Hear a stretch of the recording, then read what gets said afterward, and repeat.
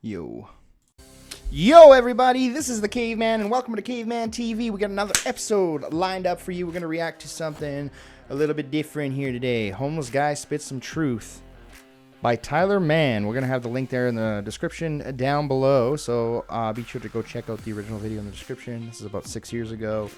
And I don't know, got like 17 million views. There's some people that were recommending it, not to me directly, but here we are. So like and subscribe if you like what you see, because we're not going to waste any damn time today, and we're going to go straight into this motherfucker. So you asked me if doing prison was the hard part, and I spent over 12 years in prison. In 18 years, I did 12 total. And it wasn't the hard part, wasn't going to prison, it was getting out and trying to be part of society again. Because at one time I was a contractor. I had 4 employees, 3-bedroom house, blah, blah, blah, blah, blah. He's very, like, well-mannered and everything like that, too. I'm not sure if that's because of him being in prison and coming out of prison. You know, that kind of got him grounded or anything like that, but it's crazy to see someone who's, like, level-headed like that to go down a dark path and come all the way out. But we're only 20 seconds in this. And I had to lose it all to realize it was just stuff, but still. Then when you're done with your time, and I discharged my sentence in February 11th of 2011, I got my parole papers signed off. I became a citizen again. I can actually vote. I can actually go in and vote for the president, but I can't get a job here or here or here. I can't have any apartments because they won't accept felons. And I even went through an agency that took felons, and they'll give a pedophile an apartment before they will me because I had a drug charge. What? That'd be fucked up. I'm not surprised, though, with some of the laws some of the states have there. Certain states, they just say, it's just ass backwards. What can you do? I wasn't even dealing drugs. I had possession. But anybody that has possession of drugs, they're worried about them selling drugs in their apartments, so they won't give them one. But this place would give a pedophile, somebody who raped a little baby or something, and give them an apartment, but they wouldn't let me have one because of my felony. Because I had I believe it. It's just so fucked up, right? How many things you see on a daily basis? How many things you see week to week where people are getting off on stuff that seems major, and then some of the minor felonies, you're totally screwed. But then again, we don't know exactly what he has done, right? So before we analyze this, or before it's analyzed or judged, we really need to have the context for everything. Drug felony. And just the hard part was just becoming part of society again. It's like they didn't want me. They didn't want me to be part of their society anymore. So I just decided, fuck it. I'm going to sleep in a tent. I'm going to do what I love for a living, which is playing music. And if I just make a little bit of money, I'd rather do what I love with a passion and make a little money than go back to contracting and try to make a lot of money and be part of a society that doesn't even want me no more. Fuck them, you know? Fuck society.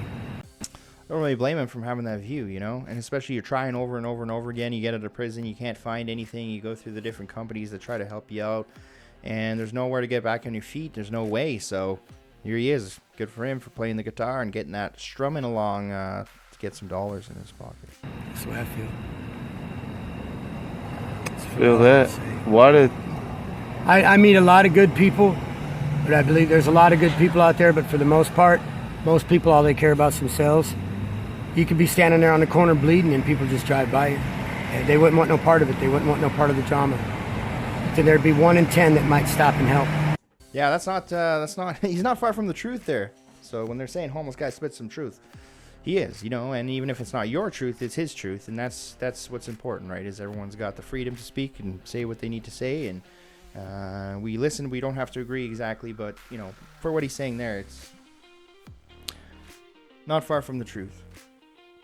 You know, just choosing to do something that you love, right? Do something you love instead of dealing with any of that shit. Like, at least he's found some solace in that. He hasn't completely given up or fucked up with drugs or anything like that than a lot of the typical homeless people that, like, I personally see around here in Edmonton. You know, it's just, there's always drugs and stuff like that involved, but not everyone is the same. You can't really throw shade. You can't really judge them the same way as if they're, you know, part of the crowd like everybody else. They're all individually different, and this guy is obviously a little bit different in the fact that, you know, he's actually trying. He's trying to make a little bit of money. He's playing some music. He's doing what he loves, what he enjoys, trying to get through life. You know? I walked up to a woman once to ask her what time it was. I was pushing a cart. Me and my wife were pushing our cart. We had all our stuff in a grocery cart. I was pushing. I needed to know what time it was, so I went up to ask this woman what time it was. She's like, "Oh, get away from me. I don't have any money. Leave me alone." I'm like, I don't want him. She's like, just get away from me, go. I'm like, and I'm thinking. See, and you don't know if that person's having a bad day either, but at the same time, you know, that person shouldn't be reacting that way to them and just casting judgment right before you even know what this guy's even asking. He's just asking for the goddamn time, and you're just assuming, oh shit, this is a homeless guy. Oh my god, it's the plague, right? That's why I love South Park. South Park's so good with nailing that. Like, Night of the Living Homeless, change, right? And you know, it's like they're zombies, and you're just trying to get away, and you're just like, oh my god, lock the doors, board the windows, and stuff like that. And you know, I've been guilty of that sometimes as well too. But you know, there are cases where there are homeless people who are fucking dangerous, and you don't know what they're gonna do, and you have to be wary of that. Change. You know, should we go out of our way to be rude to them? No, but at the same time, you know, you got to be cautious at least. What could have this woman been through that she's so terrified of a stranger that she... What if my wife was pregnant, her water just broke and I needed help? I mean, who knows? What if I was having chest pain and I needed her to call 911? She didn't care. It was just, get away from me. Go. I don't got no money. She thought all I wanted was her money. I just want to know what time it was. And it hurt, man. It's like, damn. People... It does hurt. You know, it's like, damn. It's humanity. So many people, what have they been through that makes them so terrified of relationships and people that they just don't want nothing to do with nobody? It's sad. I wasn't scared of you when I saw you. Well, but you're one in a million, you know? I mean, you're actually sitting down and talking to me, you know? Most people don't give a damn. But it's all right. You know, he must actually feel really nice and really warm in the heart, you know, for somebody to actually sit there and listen to him and have a conversation and stuff. You know, that's the other thing that we look past as well, too, is the social environment. And if they're being social enough and if they're getting a lot of that. We're social beings. That's how we need to be. We need to interact, and we need all that positive reinforcement and everything like that goes along with it. But it's hard to get that when, you know, most of the people are probably negative towards him, to be honest, or they ignore him like he's not there. So, you know, and I can see why people would want to turn to alcohol or drugs in those circumstances for those reasons. You know, when it comes down to it, I came in this world by myself, and when I die, I'm going to be the only one in that coffin. And so really all I guess that matters is me, I guess. I don't know. I think people matter, but the more I'm starting to see, less and less. You matter, bro. I feel that way about you too, man. You matter. I mean, you care. You It's sad to see that most people don't. It's just sad because there's so much beautiful things in life. There's so many beautiful things in life. Relationships are beautiful. Nobody wants relationships. Check this out. I've got over 240 some friends on Facebook. Most of them I knew from high school. I mean, I knew a lot of people. I got around, all right? 240 some people I know on Facebook. Most of them I thought were good friends from high school. Christmas Day, I Facebooked them all, and I'm like, hey, it's Christmas. I haven't talked to some of y'all in over 20 years. Here's my number. Call me. Let's have a conversation. Nobody. And I posted that thing over and over Christmas Day. Nobody. And I'm talking people that asked me to be their friend. Oh, so-and-so wants you to be their friend. See, but the thing is with that, too, this is something that I learned in special event planning, like for when I was in school. You know, it's when you're trying to reach out to someone, and I get it, because, you know, but do they know his circumstance and his situation? Like, I guess probably, most likely in that case. But when you're reaching out and you throw a number at somebody and said, hey, you know, you want to get together, just call me. People do that all the time, right?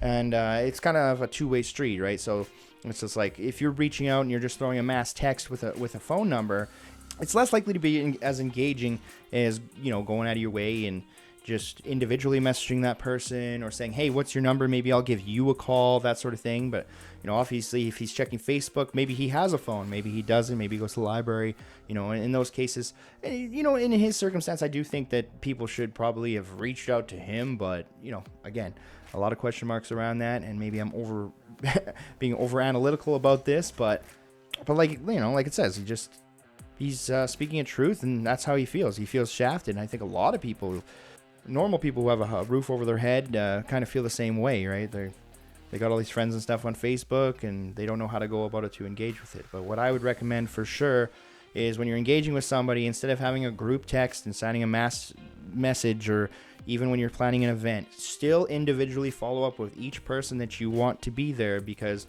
there's stats out there that prove and have shown more people are willing to engage and willing to show up and willing to do those things. And I know this from my whole life of interacting with people and developing a huge friends group. So that's very beneficial. Just heads up with that. Well, I know this person from high school. Sure, I'll be their friend. What does that Hey, where'd mean? it go? What does that mean? It means people don't want relationships no more. They're so into their internet and so into their Facebook. They got their this is their idol. Internet's becoming an idol, man. It's like people don't want relationships. They want the kind of relationships where they can be who they want to be. And See, and then that's too much of a generalization. People don't want relationships. Like nobody, fucking nobody anywhere wants a relationship. Like, we need to speak more in the gray area of things and not so much the black and white with the generalizations. It's not very favorable if you're trying to have a serious conversation with somebody, because it's just like, you know what, men suck. You know, when a chick is upset about her boyfriend or vice versa, they're like, women suck. You know, it's absolutely shit. But, you know, developing that mindset will put you further into that sort of purgatory of negativity, if you know what I mean. So it's just not a good way to look at it from the overall spectrum of where I'm coming from. Be who they are. You know, instead of being who they are, be who they want to be and pretend to be. Oh, yeah, I'm 6'4" and I got dark hair and blue eyes and big shoulders. But then I can't ever meet this person because I don't look like that, you know? And most people on these internet relationships, man, even a girl, my high school sweetheart, I hooked up with her on Facebook, contacted her. Hey, man, let's meet. Well, she gave me her number. She's like, well, look, just text me. I really don't have time for conversations no more. She'd rather go text back and forth for 2 hours, texting back and forth, instead of having a 10-minute conversation that could have summed it all up. But you know what? Some people are like that. That's just how it is, right? And when we are adapting with times, we must adapt with it or we fall behind. That's how it goes. There was once a fucking dial-up. There's a fucking, what's it called? Rotary phone. There was a rotary phone, you know? And then phones became cordless. And then now people don't even own home phones because they have cell phones. And the point that I'm trying to make here is that things change. Technology changes. And for a lot of it, it's for the betterment of us, right? For us to advance, and we're going to advance anyway. You're going to fucking have to bite the bullet, you know? If you can't beat them, join them at that point, you know? Have some sort of control, like I get what he's saying, you know, have some sort of a balance, you know, if you want to text or call and all that stuff. But, you know, some people, that's just how they are. They grow up in the world. Like our kids are going to grow up in a different world than what we grew up in, right?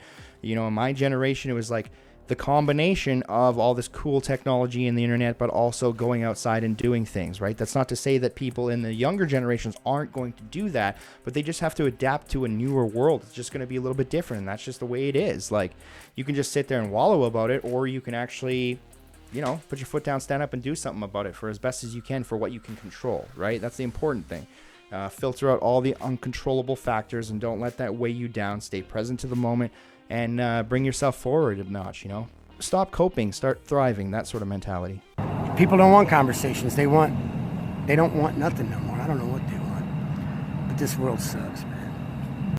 See, again, the negativity, the whole attitude towards it. And from him, but don't get me wrong, like from his perspective, fucking completely warranted, right? Like, I bet, you know, he's been through it all, way more than a lot of us. I am very sure that is the case, but that's just, regardless, there are people that have been in as worse situations as him, I'm guessing, you know. Well, I know that there are people that have been in as worse situations, or even worse potentially, and have overcome it, right? It just comes down to a sort of mindset, and you know, sometimes you need a helping hand, and unfortunately for him, he doesn't really have that right now. So hopefully he gets a helping hand and he can develop a better mindset for life going forward. The way that people see it, really.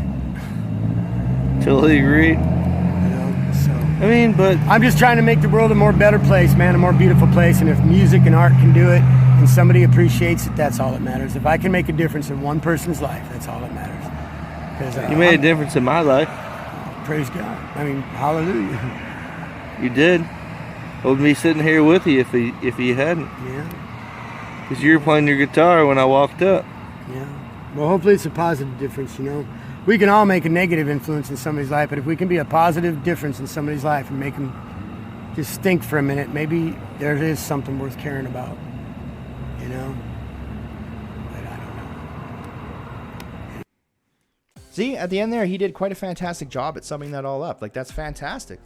That's a fantastic way to lead that off with, or to end off on that. But, you know, it's just, there's certain things where he's just, oh, this world sucks, this world sucks, and then he's just like, oh, if I can make it a little bit better. So there's a little bit positive with a little bit negative, but yeah, you know, that end message there, I think, was one of the stronger points that should be taken to heart, because, you know, at the end of the day, we want to make this place a little bit better, at least better than how we left it before, right? And we need to stay grounded and understand we need to have gratitude and be thankful for what we've got and look forward to the future as best as we can for what we can control, okay? You know, that's an important pinpoint to land on. So thank you so much for watching this video. I hope you like and subscribe. If you like, you know, obviously, if you like what you see, it's a journey to 100 subs.